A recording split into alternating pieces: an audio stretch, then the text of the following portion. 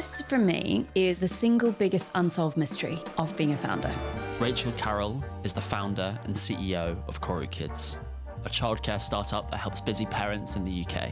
We are Koru Kids. We're building the world's best childcare service. Previously, Rachel was CEO of a healthcare company which she grew to 1.3 million paying users in 3 countries. She's also an ex-McKinsey consultant and an experienced hiring expert. I definitely place a massive emphasis on skills and talent development in my own team. The problem is that job descriptions suck. No one tells you what it's going to feel like. They might tell you some of the elements of the job, but they don't tell you what percentage of your time is going to be in each of the elements. Just the day-to-day, like what is your life going to be like if you do this job? No one tells you that. So our job ads are unusual. They are way more... I really believe in blind hiring. And this is when you don't look at, certainly not a photo or a name, but you also don't look at the institution or the qualifications. There's 2 reasons to do blind hiring. One is, I think the problem solving we look for is actually quite rare, but the values we look for are not rare. What we're really trying to do is identify anyone who would be like unusually bad. We have a technical term, we call them dickheads. Whew, there's quite a lot in this topic. So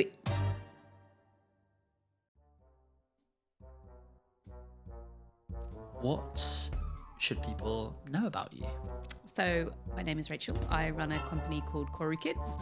And Koru is a word that kind of sums up so many things about me because it's a Māori word. I'm from New Zealand, and it is a shape. It's a fern as it grows.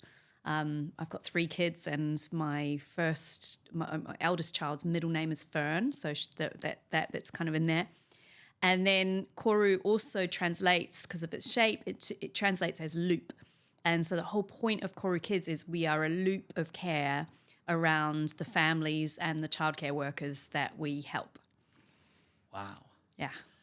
And I read in my research that Dave came up with this name while he came back from a run, but it was like sort of right at the start of when you were starting. Yeah. So like that seems like a lot of foresight into the name right at the start. Well, I think he knew all those things. He knew that it was loop, and I remember him coming back from this run and saying, I think you should call it Koru Kids. And I was like, yes, that's perfect. Love that. But today we will park the specificities of Koru Kids, but obviously to any founders listening, it's incredible. Who are parents, it's obviously incredible, and so many people use it, and people in founders, which is where we know each other from, rave about it to no end. However, there's lots of incredible podcasts and interviews you've done around Koru, so we'll park the specificities of what the company does and go more into what I think you're an expert at, which is the people side of Koru. And we'll start off quite broad, which is generally, how do you think about building an effective team? So a lot of what I think is based on bad experiences I had before I founded Koru Kids. And so a lot of the I think really good and healthy practices were based on me experiencing and seeing things in so I've worked in the NHS, I've worked in consulting, and in consulting you actually get to go into lots of clients. So I saw lots and lots of different companies there. Worked for a German pharmaceutical wholesaler, I worked for an aluminium smelter. So anyway, a bunch of different places. And I just saw a whole bunch of things there. And I would kind of be fascinated by why no one wants to have a bad time at work. Everyone wants to go into work and do a good job, right? And I think a lot of the foundation of my beliefs in this stuff is that I think people want to do a good job. I have trust and faith in humans. And yet what actually happens is they go in and they spend their whole time fighting with each other or doing something which is pointless and doesn't lead to any result, feeling frustrated, doing the wrong job where, their strengths are not matched to what the job actually is. And, you get extroverts in introvert jobs and introverts in extrovert jobs. And there's just waste everywhere you see. And it's sad and it annoys me. And so I always thought, okay, what would a company look like that was just founded on principles of like efficiency and people doing the jobs that they liked and doing jobs with in a way that they liked and with people that they liked. And it's the greatest privilege of a founder that you get to actually just like do that from a blank sheet of paper. And so by the time, because I was relatively old when I founded Koru Kids, I wasn't like a 20-year-old founder to like 20s in my 20s. I was 36. So by the time because I'd thought about that for a long time, and also my academic background is I have a PhD in political economy, which is really all about thinking about systems. I'm obsessed with thinking about systems and dynamics of systems. So I'd already had an entire career thinking about that. So I came to this with a lot of thoughts and like beliefs. And so right from the start, I was thinking about I want it to be a very high trust environment because that's much more efficient, where you don't have to have policies, you don't have to spell things out for people. I want it to be an environment where we think very carefully about matching people to roles. And I think that has to happen right from the start in terms of how you hire and how you do your job descriptions. And we can go into that. And then I thought the communication between people needs to reinforce that sense of trust. So that means we need to build a place where people can be open about what's going on. I think there's a lot of displaced energy. If you kind of think of like physics, there's the energy needed to go forward. And then there's like all the other waste energy, right? If you think of a car, like the sound is waste energy, the heat is waste energy, like all the other things that aren't just like making it go forward are waste energy. And because we at Koru Kids and like many startups are all trying to do such hard things, you can't have any waste because like you're almost certainly going to fail anyway. So because 90% of everything fails. So if you've got to have any chance of being in that 10%, you've got to get rid of the waste. And so I would think, you know what, we need 100% of everyone's brain focused on the mission. And I don't want any time to be wasted thinking if we're in a meeting together and we're trying to solve this really hard problem, I don't want part of your brain thinking, why is Rachel looking at me like that? Or like, oh, she hates my idea. Or, that body language is she's bored or something like that. That's a distraction. It's getting in the way of us solving the problem. And it might be that actually the reason I'm sitting like that or my face did that or whatever is because of something completely unrelated, right? That happened before, maybe in my personal life. And so one of the things I thought about was, okay, how can we surface those things? How can we have a really transparent but also very supportive culture? But it's all to make people have a good, positive time and really ultimately to further the mission as much as possible. That is so rich. Such rich. Sorry, there was quite a lot in there. No. That was tip of the iceberg. Go on as much as you like when going into these topics. I love it. Touching on that last bit that you mentioned, we're going to touch on all of these things, like how you match people to roles and communication and feedback and building trust. Starting with the last thing you mentioned, which is culture and having this transparent culture. Now, the very old and archaic way of building culture is these are our values and that's how you should interact in the workplace, and that was the end of it. But that's not how culture is built in reality, and it comes down to these daily actions, which is something I know that you are incredible at. So what does the system look like if you have systematized this area with putting your culture into daily actions? So we have a lot of systems for various different things on culture. One of the things that I actually find difficult now in thinking about it is I've been doing this now for 8 years and I've forgotten what normal companies are like. So now, because the whole reason we're doing it is because it seems so obvious to me that this is better. And now I struggle to remember which bits are like weird and interesting. But, one of the things we do is we have a very strong feedback culture, for example. Let me just focus on that aspect because there's so many different parts to culture. So for feedback, we have a system where every 6 months you will run your own feedback session. And we very much have a playbook, and we got there by iteration. So we used to do it in other ways. We used to do a more traditional 360. We used to do it written. what we have discovered is that the best way for us to do it is to do it in person, but by that I mean Zoom, but like synchronous over video. Pre-COVID, we used to do it actually in person. So in the true in-person version, you sit in a room and you've invited some number between about 6 and about 10 people that you work with, like that are for you a good sample of the company. So a couple of people who work for you, you might have everyone who works for you, a couple of managers, a couple of peers, and you might decide to invite someone who's in a completely different team because you want to get their perspective. So you decide who the rich perspective like is going to be. And you also, this bit's really crucial, you think about the questions that you want them to be answering. And your standard question is like, what am I doing well? What could I be doing better? And if you can't think of anything else, it's a fine place to start. Nothing wrong with that. But often you can really take your session up a level if you ask more thoughtful questions. So you might say, you really want to improve your communication style. You might say to them, thinking about the last 3 times I communicated with you, what would have made it more effective and what was confusing about it, or something like that. I don't know. Like ask a specific question. And then people find they get a lot more out of it when they do that.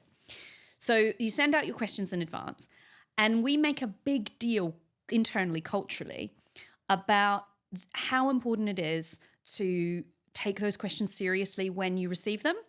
So if I'm doing your feedback, if you're asking me to give you feedback and you send me the 3 questions, it's really on me to take some time, sit in a little room and like really think about the feedback, my thoughtful feedback. And I'm going to package that up, and that's a gift. And we think of that as like a gift that I'm going to give you. Anyway, and then at your time, we now do it using Zoom and Slack. So you let's say AJ, you're the subject of the feedback. You will do a Zoom session. Yeah, you'll do a Zoom session, and your manager will also be in the Zoom for the entire time, but they'll turn their screen off and be on mute. And the reason they're there is just to take notes, be kind of listening, so that they can do a debrief with you afterwards and help you find the themes. But aside from that, they're meant to kind of be in the background as much as possible. And the person comes in and they have a 5-minute slot, or 10 minutes maybe. But they come in and they say their feedback, and then you are only allowed to ask any clarifying questions so you might, for example, ask if they have an example or something like that. And then you just simply say thank you, and then they go away again and the next person comes in. And so you get kind of 6 to 10 like versions of that within a pretty concentrated amount of time. 2 things happen when you do this. Number 1 is very often people who are joining the team for the first time get very nervous about this. And there's kind of like psyching themselves up for it, and they think it's going to be like they're going to be torn down, and they really think it's going to be negative. And every single time, there's never been an exception to this that I've seen, afterwards they are like buzzing, because a lot of what people say is very positive. This is, by the way, why it's very important to do it in synchronous and in person and to your face, because we found that when people didn't written, they were much more brutal. And this is maybe something about social media, and people just do not say all the stuff. And the same person would, when you look at their notes, they look quite brutal, and then they come to say it and they express it with the tone and the examples. They're still saying the same message. They're not watering down the message, but it does not feel brutal. It actually feels positive. And they couch it as like to really take things to the next level, you do this and blah, blah. The first thing is people feel really good at the end of it. But the second effect, which I think is really important for building widespread trust in an organization, which is that is like the business. When you've got trust in an organization, everything is easier. It's the most important currency. Anyway, the thing is, that what has needed to be said has been said. There's never been a case of this, but like if you found out that someone had something to say and they didn't say it to you in a feedback session, that would be like so weird. So they definitely have said it.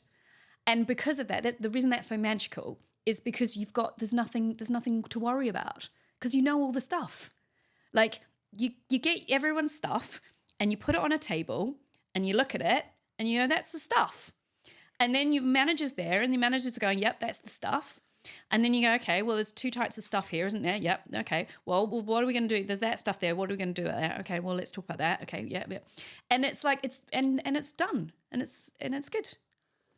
Good stuff. How often do you have these feedback sessions? Every 6 months. Amazing.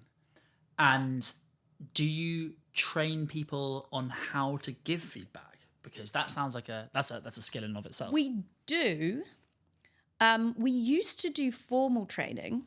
So we used to have a feedback training session. But what I've discovered about this culture stuff is if you invest in it enough, and we invested very heavily early on, 8 years on, you don't really have to do it that much anymore because it's very self-sustaining. You wouldn't have a feedback session yourself before you'd been to several others, right?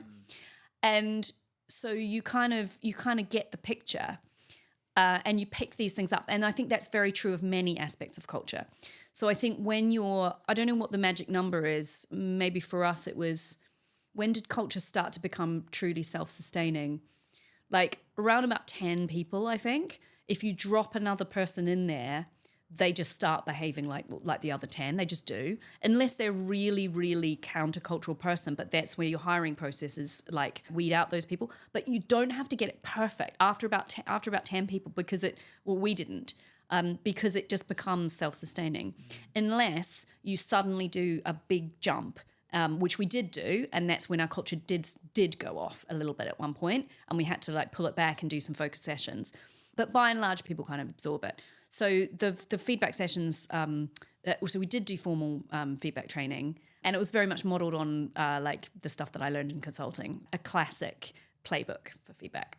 Okay, can you give us a very high level of what that is? Yeah, you do. I have observed that, this is the framework. I have observed that, something. The effect that had on me was something. In the future, you could consider doing something else. And then maybe some extra consequence. And then you both say thank you. There's a pause bit as well, where you pause for clarification. So the idea of this framework is a very, very good framework. The idea of it is it depersonalizes. It's hard to do that framework properly and have it go wrong. It doesn't allow you to say you always, you never, like overgeneralize. And it also makes it very hard to disagree with it because you're saying it as fact. So like I have observed that you arrived after 2:00 3 times last week. Fact, right? And you can agree or disagree with that fact, but if that is the case that you did that, then we move to the next step.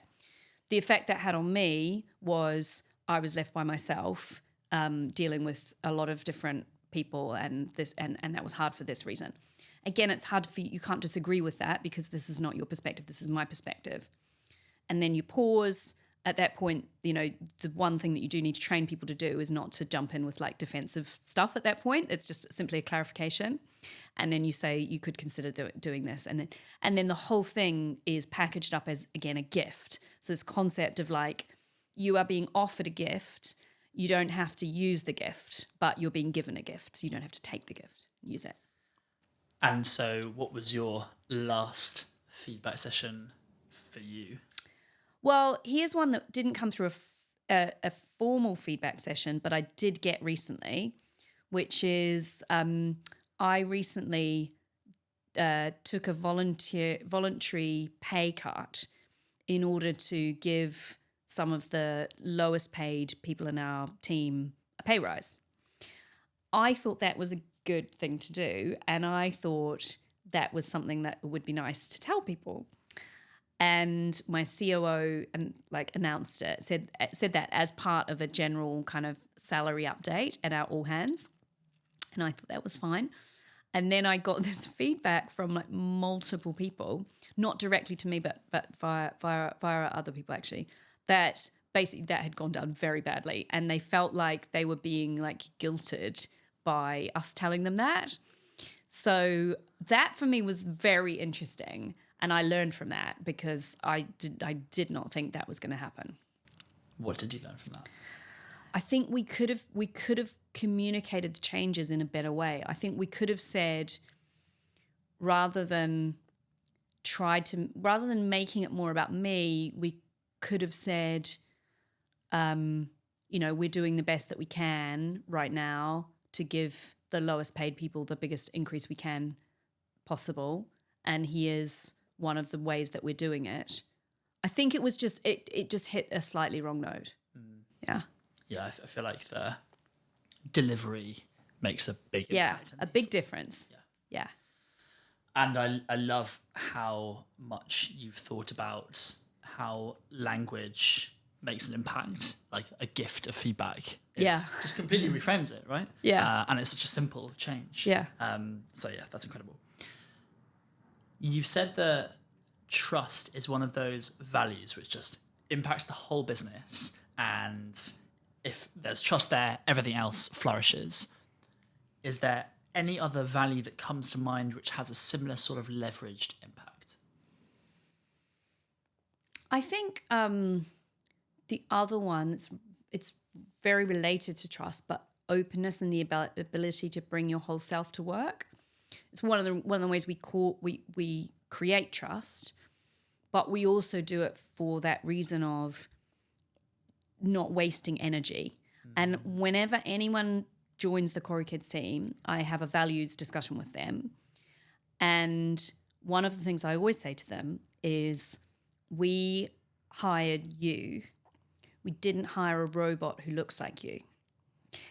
And because you are a human being and not a robot, you are going to sometimes feel insecure and overwhelmed and scared and confused. And I say that not because I noticed anything in the hiring process for you, but just because you are a human being. And that is what human beings are like. And I don't want you to waste any of your energy pretending to be a robot. I don't see any benefit from anyone coming and pretending to be a robot. And I just want you to know that you can be an actual human being here. And I find that saying that to them really explicitly starts to plant a seed for several practices that we have. And so one of them, for example, is in some of our meetings, not all of our meetings, but some of our meetings, we go around and we do what is called an emotional check-in at the start. And so we do it in our executive meeting, for example. And this is one of my favorite practices, actually, because it's very efficient, and I really like things that have a big impact on culture, but don't take very long and don't cost anything. Those are my favorite things. And so this one, we start off and we just say, okay, how are you? And you have to say, the rule is you have to use 3 feelings words to describe how you are. And what we often find is that the magic happens in the third word.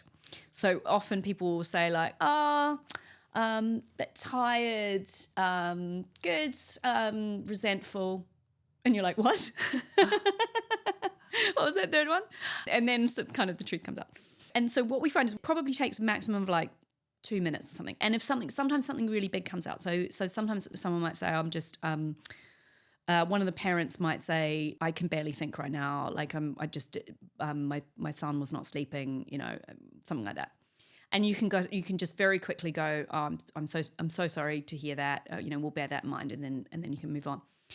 And for the rest of that meeting, if that person feels disengaged or seems kind of off, you now know why it is. It's because of that, and you know it's not because whatever reason, whatever story you might otherwise make up, and tell yourself that they're not, that we're talking about the new service and they don't believe in the financial projections, because it's the kind of thing people say to each other after a meeting, did you see their body language? Yeah, he doesn't believe it, or he's disengaged or something like that. No, there might have been something completely different going on, right? So now you know what was going on. They're exhausted. Or sometimes someone will say something that is work related and they might have just come from another really, really tough meeting. And in that case, you say, okay, we'll pick up about that afterwards. You don't let it derail. You just note it and move on. And we find that you can tell the difference between the meetings, the tough meetings where we do that at the start and the tough meetings where we don't do that at the start. And sometimes I regret it if I don't do it. Let's say we're talking about like the 2025 strategic plan or some topic like that, right? If I kind of go, we're running late, let's just skip. the emotional check-in, I frequently regret it. I'll get halfway through the meeting and I'll think, oh, we should have done that, because I don't know what's going on for that person right now, today. Removes any assumptions Exactly. that might come up in the meeting. Yeah, exactly. But it has to go hand in hand with trust, because you have to create, you couldn't just walk into any group of people and do that. You have to have already created the knowledge that it's okay to say that stuff. And so I was quite deliberate about that actually also. And role modeling it myself, I made very sure that I acknowledge mistakes that I make frequently in front of the team, especially in front of junior members. I remember very early on one of my team saying at the stand-up that she had a panic attack on the way to work. And while I felt for her, I also was so glad that she said that, because it just, again, started to completely normalize just being able to say this stuff. It's a lot easier to share things when things are going well. Like it doesn't require any sort of vulnerability to say, I had a panic attack, or I'm actually like exhausted because of this thing external, or I feel like I'm not doing a good job, or something. I feel like I'm lacking confidence. That requires a lot of trust for someone to feel confident enough to say that with a group of people. So yeah, makes complete sense. So we've touched on the sort of trust building, bringing your whole self to work, which I think is magical. Now going into what needs to happen in the meeting, which is decision making, usually. Do you have any system for making really effective decisions as a team? We have a lot of different practices. I think you have to bring the right tool to the right need, to the right kind of decision. So sometimes we might use scenarios to think through something. We very often will use kind of practices from consulting or practices from product, like dot voting. We do lean coffee chat, which I quite like, which is a kind of a product and engineering discipline. That's when you talk about something, you take a straw poll, you then continue talking about it, and you take a straw poll of whether or not you want to keep talking about it for another 2 minutes, or take a decision and move on. So it's a way of kind of polling people very quickly. I have a lot of techniques that I've developed to make my own make decisions myself. Things like trying to get in touch with my own gut. I find there are some people who make decisions with their gut, and they seem to have a direct line to their gut and always know what their gut is thinking. That's cool. I have like a gap between my brain and my gut. I find it hard to get in touch, so I need to use tricks to get myself to kind of know what my instincts actually are. And so there are things like, you might know this one, where you have two alternatives and you have to choose. You've done all the rational thinking, you've modeled them out, you've got your pros and cons, but in the end, you just got to choose. And so you take a coin and you say, okay, heads, it's this one, and you do the coin, and then in the moment, rather than looking at the coin, you just try and figure out which one are you hoping it is? Are you hoping it's heads? And then that's you getting in touch with your guts. There are little tricks like that. I've also been very neck up, right, and find it tricky to get back in touch with the body in general. Tend to be meditating, dancing, qigong, anything that's like a lot more body oriented, or going for a run. Yeah, that just like sort of clears the mind, and then it sort of makes it a more holistic approach to problem solving. Totally. I also really love. There's a practice called morning pages. Have you done this one? Yeah. I go through fits and starts with it. Sometimes I need it. I do it when I need to.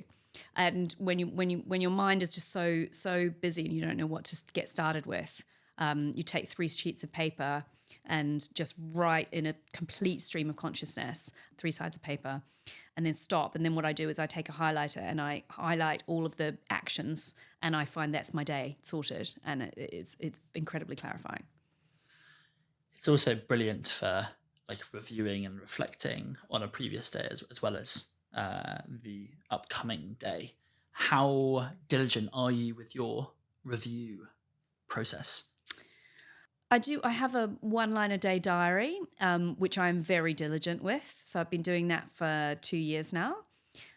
I've got, so there are some days, I think I'm now into the three year in a row. So it's one of these diaries that has 5 years on one page, if you see what I mean. So like it will have like April the 20th, like 2020, 2021, 2023, 2024, 2025, whatever. Sure. Yeah. And so you go through and you write just one line for each day. And then what is amazing about it is you then look back and you see, okay, this is what I was thinking this day last year, this day the year before.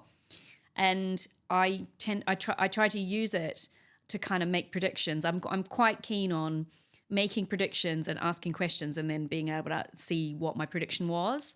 And I love the idea that over time you get better and better at making predictions. That is fabulous. I love that, because I've journaled lots in the past. I've done morning pages and then done nothing, and then I've done sort of short snippets. But I think actually just making it as simple and easy to do makes it such an easy habit to pick up, right? Yeah, the whole yeah. Atomic Habits approach. Yeah, exactly.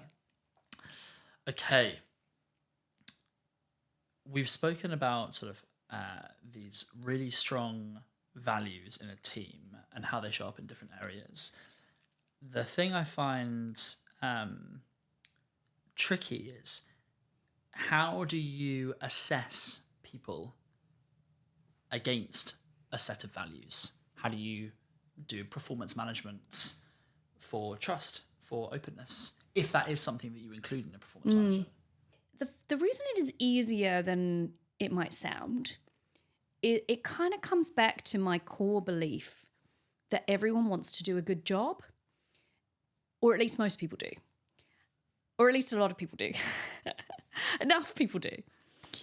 And so I think it's much more common that someone who wants to do a good job, go to work and like build something cool, gets really frustrated in their job.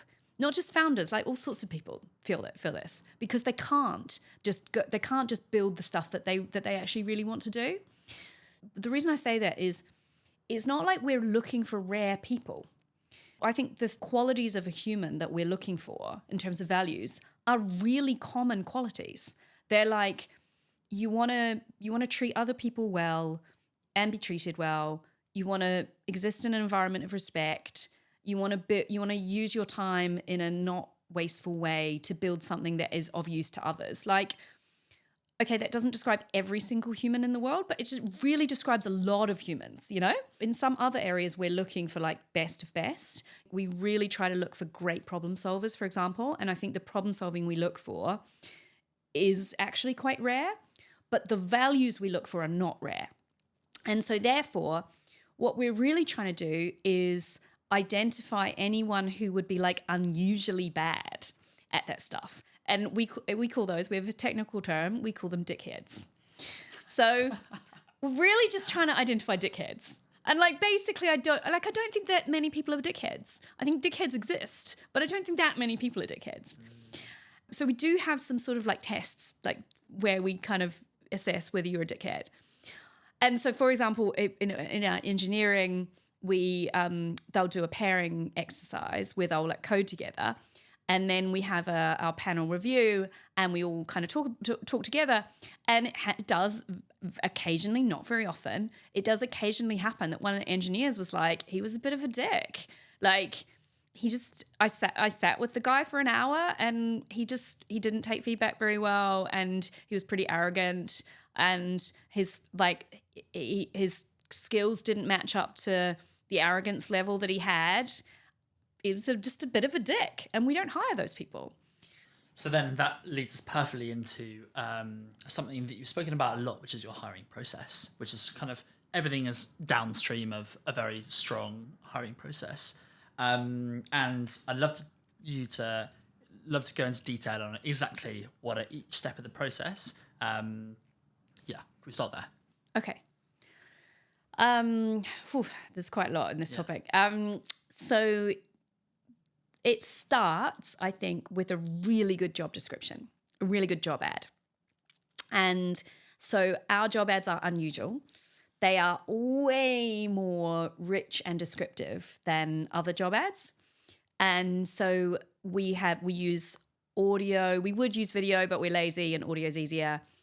And so we have like embedded kind of snippets. So typically we might record, let's say 2-3 minutes of me or someone else talking about why the role is really important, and kind of providing some context about like, here's what my hopes and dreams are for this role. Here's how it fits into the rest of the organization. And the idea behind that, and a lot of other things we do in the job ad, is we're trying to give you the richest, realist sense possible of what the job will actually be. And that's because I have a strong belief that there's a lot of human misery, far too much human misery, caused by a mismatch between a person and a role. And it's not that the person is bad or that the role is bad, it's a mismatch. So for example, if you're someone who loves talking on the phone all day and you end up in a role where you're sitting by yourself doing data entry for a lot of the time, or you hate talking to people, mostly strangers, and you end up in a role where you're talking to people on the phone all day, like those people should just swap jobs. That is a role mismatch problem, right? The problem is that job descriptions suck, right? Like no one tells you what it's going to feel like. And they might tell you some of the elements of the job, but they don't tell you what percentage of your time is going to be in each of the elements. You know, they don't tell you just the day to day, like what is your life going to be like if you do this job? No one tells you that. So that's what we try to do. We try to, as well as we possibly can, get you to understand what your life is going to be like. And so another thing that we put on every single job role is we always have a day in the life. And we say, you know, you get into work at 9 a.m. and then we kind of take you through. And what's really critically important in the day in the life is we are not selling you the role. We're not trying to convince you to apply for the job. We're being absolutely as honest as we can about what the role actually is. So if the role involves like some frustration from dealing with stakeholders, you know, imagine you're dealing with some third party that is annoying, like a supplier that's annoying, we will put that in the job, in the day in the life, like that you're annoyed because you're having to deal with this third party person, because that is what the job is going to be. And we don't want you to like quit because you can't deal with frustration. So our aim is to attract the people who read it and think this is exactly the job for me, but equally importantly, to repel anyone who reads this and goes, well, I don't want to do that. That's fine. Please don't apply in that case, because we don't want to waste our time or your time, right? So we don't want to like get millions of people applying. We want to get like a small number of exactly the right people applying, and so we try to make it as rich as we can. I almost feel like you could take that to an extreme by having a list of reasons why you shouldn't take this role. That's really good. Because I've also heard that people do that when fundraising. When you go into fundraising, they go, these are all the reasons that you shouldn't invest in the company. If you still want to talk by the end of them, great. Yeah. Then it sets you on like a foot where we've done your due diligence for you almost. And so if you're still in the room at the end of it, we've saved everyone time, and then we're probably a match. I like it. I feel like we could take it up in level. There's always more to be done. Anyway, so that's just the first step. All we've done is advertise the job, right? We've also got a whole bunch of audio clips on our careers page that are about various people like talking about the culture. And so one thing, for example, that I did was I recorded the values discussion that I have with someone and put it on our careers page. And again, I'm really into things that don't take any time. You know, and are not like we'd never had extra time or money or anything. So all I did was just on my phone with a free SoundCloud account, like started recording a meeting I was already having and then stuck it on the internet. Like it took 5 minutes.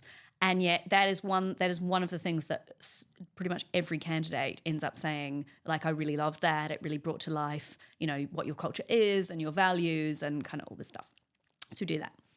And so then you click through, and then we ask you some screening questions. And I am it's another one of my strong beliefs. I really believe in blind hiring, and this is when you don't look at certainly not a photo or a name, but you also don't look at the institution or the qualifications or whatever of the person until as late in the process as you can like design it. Obviously, at some point, you need to find out their name, and you need to talk to them, and you might need to check the qualifications, and you need to check that they can do the job, and you need to check all this stuff. But we basically flip that. So we try to do that later in the process rather than at the start. And at the start, we ask some small number of screening questions. We find that about 4 or 5 is about the right amount. If you put in too many, just people won't do the application. If you put in too few, you're not getting the value. So about 4 or 5.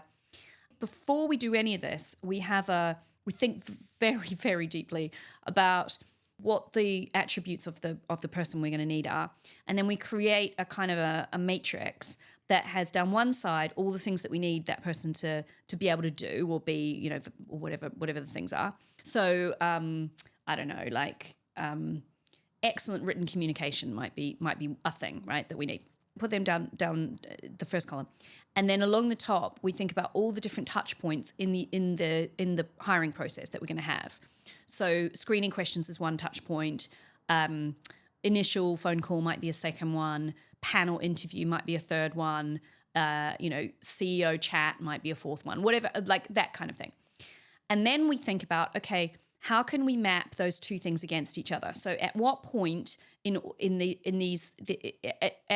what touch point are we going to get data on all these things that we need?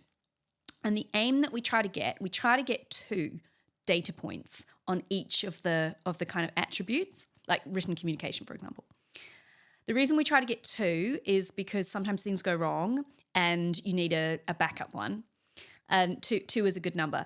But what I find very often when people do a hiring process is they completely miss out this step, and they just like randomly do random things, and they cannot tell you what they're looking for or why they're looking for it at that point. And it's very inefficient. And you find you get to the end of the hiring process and they've got like 10 data points on one thing and 0 data points on another thing, which means you've wasted a hell of a lot of time getting too many data points on one thing and wasting everyone's time, and you haven't got all the data points. So by the time we get to that decision meeting, we have exactly the data that we need to have in order to make our decision. Because the screening questions, once you've done your matrix, you're like, okay, so what are the things that a screening question could actually tell us? Written communication is a classic one, right? They're going to write, so clearly that you're going to get a read on that one. But there might be some other ones like, have they run a complex marketing campaign before? So you might ask that one. Could we do an example of this? Let's say hypothetically, Yeah. I think I'm a very similar type of leader to you in that I'm very much big picture, vision thinking, people oriented, marketing side of things, written communication. That's me. Yeah. But then also not great at ops, not detail orientated, haven't generally been systems process, which I think is different to you. So let's say hypothetically I was hiring a COO or an ops person. Yeah. What sort of screening questions might you include? I would derive it from thinking about the grid. Let's say we need you to be detail oriented. I probably would evaluate the screening questions on detail orientation. And the reason I would do that is because having marked a lot of screening questions in my time, like probably 90% of people have some kind of error in their screening questions, like typo or something like that. And so if you don't, that's like a positive mark for your detail orientation. So I think that is actually a quite good data point for detail orientation. But I certainly wouldn't rely, that's only one data point, and I certainly wouldn't rely on all of that. So I would want to test that again. And so I would probably, we would get you to do a task, and I would specifically create that task in order to also test your detail orientation. And those would then be my 2 data points, which I would then take to the final decision making. And when we were talking about detail orientation, I would talk about those 2 things. Just a quick question. Yeah. How many of these points are in the grid per role? The detail orientation one, do you have 5? Do you have 10? Do you have 3? Probably 10 to 15, something like that. Probably more the more senior. So if it was a very junior marketing role, it might be more like 5, because you would expect that hiring process to be a bit quicker and fewer stages. Whereas when you're hiring for a COO, that is an incredibly pivotal role. You'd expect to put them through more, you also have references as well. So there are like many different sources of data, and references are incredibly important source of data also. But you'll just get more sources of data in general, so you can kind of look across more things. Okay, incredible! Wow, I am in awe as to how much you've thought about this and how much detail you go into. But also, it's just that work up front, which then just saves you so much time down the line. It's like almost like the most leveraged piece of work. If you hire the right people, then you just save yourself so much time, so much energy. Totally. And the other thing is, by the time we actually make an offer, we're pretty high confidence, actually.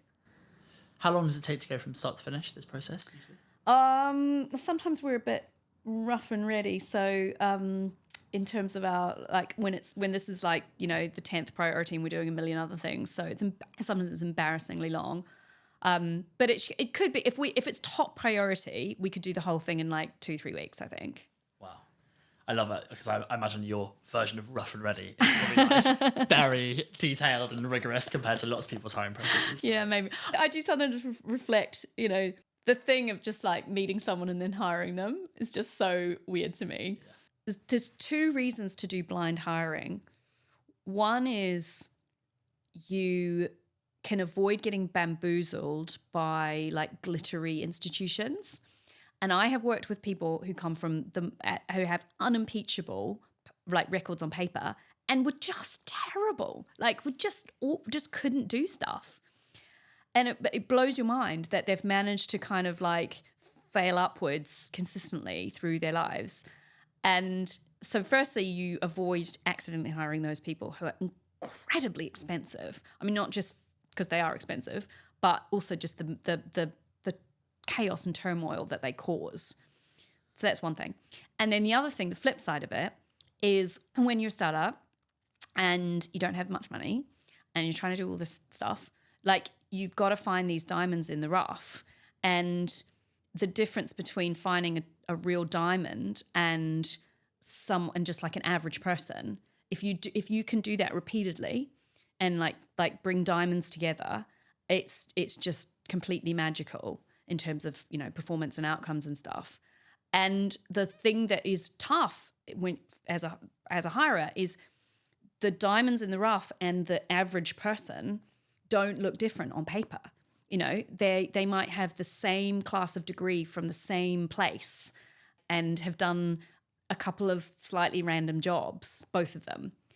But then when you put them through a proper hiring process where you get them to do tasks, and we haven't talked about the tasks, but you just see one of them absolutely excels and the other one is like fine. And so you hire the excellent person. And then what I imagine that does as well is that if you consistently hire more diamonds, then you just get a higher performing team, and those people therefore want to stay in that team for longer. Yes. Therefore, your retention of employees is higher. Our retention's amazing. Like I've got multiple people who've been with us for the entire of our 8-year journey, and it is not because they have to be here. Like they could have so many other jobs, and they choose to be here because we are a bunch of like incredibly smart, incredibly dedicated, incredibly kind people trying to do really good thing in the world, and it's just good. Magical combination. So this is all well and good when you have a large top of funnel which gives you a certain number of candidates to then run through this process. So how do you then ensure that when you've put all of your effort into the grid and the job description and this whole screening process, how do you make sure that you get X number of applicants to then find that diamond in the rough? So I think the richness of the job description is a big part of it, and that is that's a reason that I have tried to put a lot of effort into our careers page and all that kind of stuff. But aside from that, that's just old-fashioned hustle. Like I remember I was trying to hire, such a hard one, a maternity cover policy and compliance person. Maternity cover roles are always really hard because most people don't want to take a role just for like 9 to 12 months. Most people want a permanent role. So you've already massively cut down the pool. And then this particular role was a policy and compliance role, which was, it required a certain background, but really important judgment, because this is where like the commercial and the policy come together. It was just a very subtle role. It was so hard to get good candidates for this role. And so I just had to do same thing I have to do on the marketing side generally of the business, which is hand cranking, messaging 500 people on LinkedIn. I think I have about 30,000 LinkedIn connections. That means that I can message second, because you can send a message request, a connection request to second degree. I like almost everyone is a second degree, and or like more people than I can, practically infinite number of people, put it that way. And so what that means is that I can so I can just sit there and do like connection request, and then I put a little thing with the job description in the connection request. And I just did that again and again and again for hours and hours and hours and hours and hours. And it worked. And we found one of the best people in our team who's freaking amazing. So it's just hand cranking. So then what percentage of your time overall do you think is spent on hiring? Now, none, because we're not hiring. But in a stage when we were doing a massive expansion, probably 50% maybe. Sometimes up to 100, I think. Okay. Wow. I would love now to shift gears slightly and talk more about you as a founder. Okay. And how you think about various aspects of the founder journey. Mm-hmm. And one which I think is such a nuance and like difficult thing, which still relates to the team, is how much should we expect from our team members? We have these sort of examples of successful CEOs like the Elon Musk of the world who just demand the world from each people, and if they don't reach a certain standard, they're just kicked out, which obviously just removes all of the empathy, all of the kindness out of a system. So then how, with kindness and at your core, do you then also balance that with expecting world-class performance? This, for me, is the single biggest unsolved mystery of being a founder. So I think about this all the time. And I, by nature, am a reasonable person. And I have a horrible suspicion that incredible results in startups come from being unreasonable. And I think there are tons and tons of examples of unreasonable bosses pushing their teams to incredible outcomes. And so occasionally, because it is literally just not me, but I think I'm one of these. I think I am a person who I push myself a lot. I'm very comfortable pushing myself in all sorts of ways, but I'm very uncomfortable pushing anyone else. And then I see these examples, and I think, oh, maybe I should try to flex my style. And then I try and do something really unreasonable. And I think partly because it's out of character, and partly just because it's a bit of a dick move, just goes down like a cup of cig. And I always end up having to backpedal. I'm not sure I've ever done it and not regretted it. So, for example, in January or just before Christmas, we were planning a launch, and I decided, right, I'm going to set a date, and it's going to be a tough date, and it was going to be, we're going to launch by 31st of January. And I did that, and then it just caused so many problems that I then had to undo. And I think, why am I doing that? So that's why this is an unsolved mystery for me. I hate wishful thinking, and I see other people doing wishful thinking, and it annoys me when I see it. It really annoys me when people want there to be not a trade-off between two things, and so they come up with arguments why there isn't a trade-off, but there actually is a trade-off, and they just don't want to confront reality. So I think there are people who will say, but your people, if you give them trust and you give them empathy and you give all these things, you'll inspire them to greater performance. And actually you can have it all. You can be reasonable and empathetic and have, as you say, a world-class performance. I am not sure that's true. I think that might be wishful thinking. I think there are far more examples of bosses who are just really tough and it leads to world-class performance. The truth that I am in the process of coming to terms with is because it is not me, and every time I try to be a bit like that, I end up backpedaling. I just don't think we're going to achieve as much as like an unreasonable boss would. I think that's just reality. I'd love to go into this a little bit. So we're ultimately talking about like the potential of individuals and then them all working together to mean the potential of the team. And so what then contributes to, what are the factors of someone's potential? I suppose it's skill, it's the resources that they have, and then the time element. So you can have a much higher potential in a short space of time. You just work super intensely, but if you carry that on for a long space of time, you'd burn out. If you're under-resourced, then you just can't get things done. It's pretty simple. And then if you just don't know how to do the thing, then you can't obviously also can't get it done. It doesn't seem like most of those are at odds with being empathetic or kind. It's a sort of a pushing people harder. Well, actually, no, then I suppose the last one would be, does someone believe that they can achieve the thing that you want them to achieve? So it's their own belief in themselves. And it feels like the dickhead bosses just say, I don't care whether you believe in yourself or not, you're going to do it, so figure it out. The thing is, they do it though. Yeah. And they not in every case, but it's not uncommon that people actually do rise to that and do stuff that they didn't think that they could do. So I don't know. We're talking about an area that is my unsolved mystery. So I don't know how to resolve these things. Yeah, no, fair enough.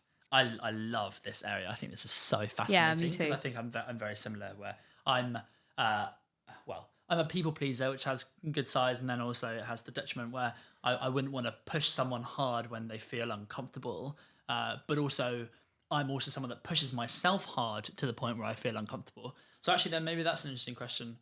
Why are you comfortable pushing yourself hard but not others? I think it's about consent. I consent to it and I'm the one who will get the benefit of it. Whereas when I'm pushing someone else, not only do they not consent, but I will get the benefit of them working really hard, I don't have any problems asking my children to, uphold behavior standards. But maybe that's just more that I see them as a bit more of an extension of me. What do you mean by you don't have their consent? Well, if you're asking someone to do something they don't want to do, I mean, by definition, right? If they wanted to do it, then it wouldn't be hard. And is that usually the roadblock? Because there's a difference between like their belief that they can do it and their desire to do it. Yeah, I don't know. Like I say, this is just an unsolved mystery for me, this area. Yeah, it is very interesting, though. So interesting. Yeah. One more thing I really wanted to touch on was you seem extremely self-aware with your strengths and therefore hiring the people which complement you and making sure that the areas where you are less strong don't have a negative impact when you're trying to when you're communicating with the team, because ultimately your decisions are leveraged through everyone else, and so therefore if you're too one-sided, then it just doesn't quite work. And you mentioned in a different podcast that when this comes to meetings, for example, and you're very enthusiastic and energetic about something which feels difficult, and someone else who's maybe more critical thinking and detail oriented would inside challenge that and therefore not be inspired by what you're trying to tell the team to get them all fired up. And you mentioned that this comes back to how well you prepare for your meetings. So can you talk through your system of how you prepare for your meetings? Depends on the interaction, but if I'm gonna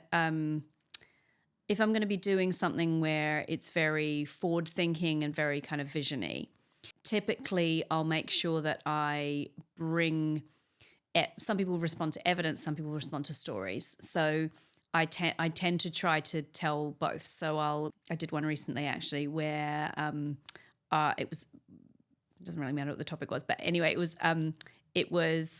I brought a bunch of academic evidence, but then also told a story and kind of stood up and involved a couple of people in illustrating a point, sort of physically. So that's kind of a way to get people on the same page using different kinds of ways of thinking. And then one of the tricks that I really like at the end of a workshop, I actually found that I learned this from all the months where I used to run our nanny trainings in person. So in the early days, I used to train all our nannies in person. And I found that if you end the meeting on with this one particular thing, the vibe is completely 10x different. And it was either you finish the training and you say thank you very much. It's been a pleasure meeting you all. This is the end, and everyone goes home. In which case, it's kind of like slightly downbeat. People feel a bit tired. They go out, and you think, well, I hope they liked it. What I then started doing was instead going around and having everyone use one word to describe. We do something like something you're taking away from today, and one word to describe how you're feeling. And the something you're taking away from today, it was amazing how much that changed the vibe, because people were highlighting different types of the training. People didn't want to repeat other people's things. So it ended up sounding as though everyone liked the entire training because all the bits of the training get mentioned. And then most people are, positive people who want to say something nice. So the word to describe their feeling was usually like inspired or energized or something like that. And as you go around and as these people say these words, the actual energy of the room completely changes. When two people that you're sitting next to both say they're feeling energized, all of a sudden you start to somehow feel a bit more energized yourself, no matter what.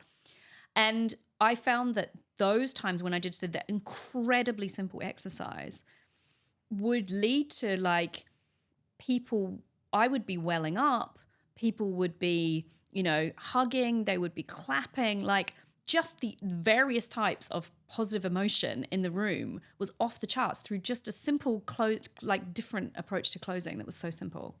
And given that actually we're in the last 10 minutes of our chat, yeah, what is a sort of takeaway that you've taken from, as a point of feedback as well for me? What's a takeaway from today's? I love that you asked me a question that I really could not answer. And I'm going to be thinking about that. I think you caused me to think about the reasonableness that stuff to a deeper level than I had before, which, given that I've thought about it a lot, is quite good, is quite impressive. So that's my thing that I'm going to be thinking about on the tube home, definitely. Love that. And the one word feeling? I'm feeling quite zen. So interesting, because my one word feeling, I actually probably haven't felt this energized and excited by an interview in a long time. I'm sitting here being like, oh my God, I am like hanging off your every word. I only told you half the hiring stuff as well. There's a lot more. You've spoken a lot about the hiring stuff in general. Okay. Coming to the last couple of questions. We've spoken a lot about what you've done in the past and what you're doing now, but actually looking forward to the future, what does success look like? So I really, really want Koru Kids to be an enduring institution. And I think we're not that far away from that. And once we get there, I think we'll be able to then, I'm hoping, use what we've built to move into other areas of childcare and like really, really make a difference. And I'm already starting to see, one of the things that I'm very excited about is I've spent 8 years painstakingly, brick by brick, building a process and like internal processes in our product and everything, and essentially a distribution system, which now touches like tens of thousands of parents and children and childcare workers. And the distribution system currently just distributes our product, but that distribution system could distribute a lot of other things. You know, we have every day thousands of nannies picking up kids from school and taking them home. What else could they be doing with those kids and kind of in their lives is something I'm very excited about. And we do a little bit on this, but I think we're just scratching the surface on it. So let me tell you what I mean, because I know it's not clear. When you pick up a kid from school and you take them home, this is a very magical time in the day because it's the time when they consolidate what's happened in school. And it's the time when they decide what the stories they're going to tell themselves about what happened are. So if you're AJ and you're 9 years old and you got knocked over in the playground by someone today, and you did it on purpose, you can tell a story to yourself. Arsehole, right? There's one story. You can tell an angry story, right? You could also tell a victim story, right? You could think, you know, I'm a person who gets picked on in the playground. You could also tell a connection story. You could focus on the fact that after that happened, one friend ran after him and shouted at him, and another friend took you to the side, and another friend ran and got a teacher, right? And all of those things might be true. But what is really powerful is the story that you're telling yourself. And that is the foundation of your adult life, is these accumulation of tiny little stories. And the walk home from school is a critical processing time and reflection and narrative time. And I am very excited that my nannies are doing that with thousands of children a day. And so the thing I really want to do is work on elevating that and giving our nannies the tools to give the kids a better life through the things that we do with them just on an everyday basis. And work with third parties. And there are lots of people who are thinking really cool thoughts at the moment about like child mental health and lots of different things that can really add value to children's lives. That's what I mean by we've got a distribution system. And now I want to plug in all this other cool stuff. Applying that same thinking to you personally and recognizing the power of stories, which area of your life do you think you'd benefit most from a reframe of the story? I'm generally pretty happy. It is a question I ask myself almost every day is, what's the single thing that improving it would improve my life today? And then I try and work on that thing. And you know, I have like chronic pain in my shoulders, and so that has been like my number one thing that would improve my life. But I'm actually actively working on that, and hopefully it's going to get better. And when I asked myself that same question yesterday, the answer was actually building Koru Kids and doing the thing that I just mentioned. Actually, I think is my number one. That's not the same as a narrative refresh. I'm quite happy with the stories that I tell myself, I think, at the moment. Wow. I feel like that is a testament to the amount of hard work and reflection and consistency that you've put in for such a long time. And that has shone so brightly throughout this conversation. So thanks, AJ. I have to tell you something. So I went to a founders retreat that you organised, and it was at West Lexham, and we were in that orangery place, and we were kicking off, and you had these questions which were designed to elicit connections between people. And we went round and you had to move. One person stayed at their desk and the other person moved with every new question. And you were reading out these questions. And they were really meant to be provoking. I can't think of any examples. Maybe you can remember an example of one of the questions. God, off the top of my head. What was your most treasured memory? Yeah, okay. Exactly that sort of thing. And I was kind of skating along the surface. I had some lovely conversations, met some lovely people. But I was like, emotionally, I was skating along the surface right until the last question. And I cannot remember what the question was. The only thing I can remember is my answer. And then I just burst into tears. And my answer was, I just try so hard. I just feel like I try so hard all the time. And I can't, and I remember sort of realizing this, and it was like a dam breaking. And I've thought about that moment quite a lot because I just try really fucking hard all the time. So it's nice to kind of finally have some of it coming right, which is good. Wow. That just really touched my heart. So I really appreciate you sharing that. Thank you so much. No problem.